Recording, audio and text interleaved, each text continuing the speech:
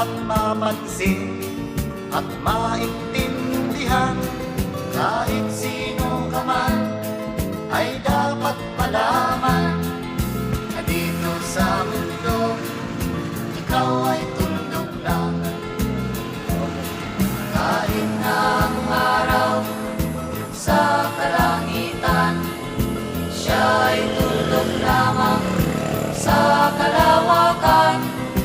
Lahat ng bagay ay tuldok ang pinanggalingan, at kung masdang mabuti tuldok ang tuho.